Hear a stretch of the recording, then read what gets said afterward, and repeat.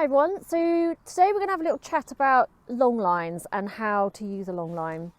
So those of you who've been on my courses or are coming onto my courses will know that we use long lines in our training classes, and it's also a piece of kit that I always recommend for people to have, but not just for the classes, for real life. So a long line is just basically a really long lead. So I think this is a 10-meter long line. Ideally, you want one that hasn't got a handle on the end. So some will have like a handle on the end of them. But ideally, I wouldn't get one like that, because what you are going to be doing eventually is leaving the long line trailing.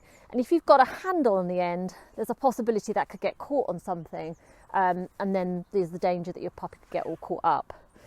So the purpose of a long line is it's a management tool basically, and a training tool. It's going to help you with your recall training when you're out and about, particularly in places that are very distracting for your puppy.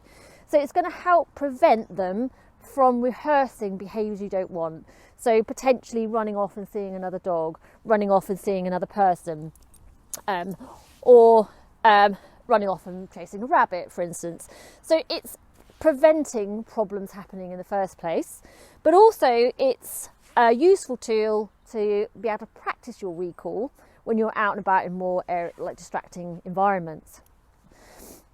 So the reason I prefer long lines as opposed to a flexi lead, for example, so a flexi lead is a lead that is connected to a mechanism that automatically withdraws the lead in and out, which do look on the face of it quite convenient. However, if there was a situation where your puppy was on the end of their flexi lead interacting with another dog, there's a potential that a lead could get tangled around your puppy's legs and the other dog's legs.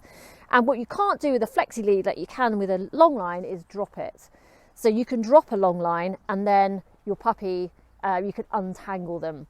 Whereas on a flexi lead, you can't do that. You can't drop that mechanism. So that's why I prefer long lines.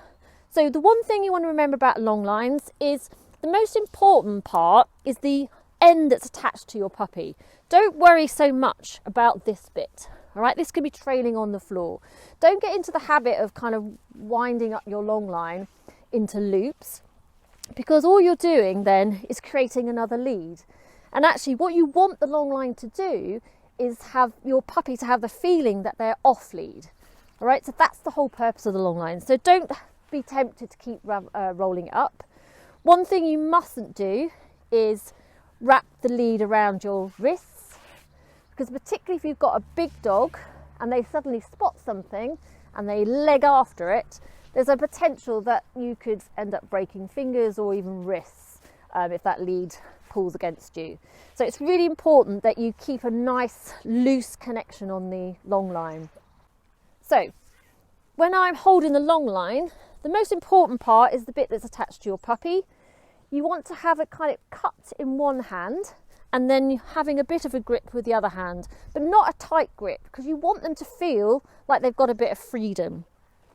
So the important thing as well when you're using a long line is managing that long line as your puppy moves away. So we're going to get Bertie to move away from me by throwing a treat, and as he goes to go and get that treat, I'm going to allow the long line to follow him, and it's not tight, it's nice and loose, and I'm going to call him towards me. Bertie, come, come, come. And as he comes back towards me, I'm just going to feed the long line in. Okay, I'm also keeping up quite high so that there's less chance of him getting it wrapped around his legs. So keeping it up high. Bertie, come, come. As he comes back towards me, I'll feed it in. Good boy. Super boy. Good. Just going to do that again. So I'm just going to throw a treat out to get him away. The long line just follows him nicely, nice and loose, so he feels like he's off lead. Going to wait for him to finish. Bertie! Come, come, come! Yeah, good boy. And as he comes back in, I just lift that long line up. So that's how I would manage a long line. It's really important to kind of have a little practice of that. Sometimes it's helpful to practice without your dog, just managing that long line.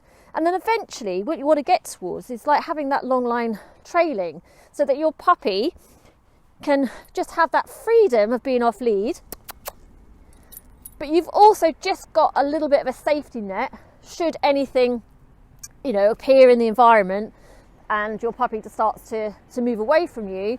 You've then got an opportunity to just pick up the long line and recall them in.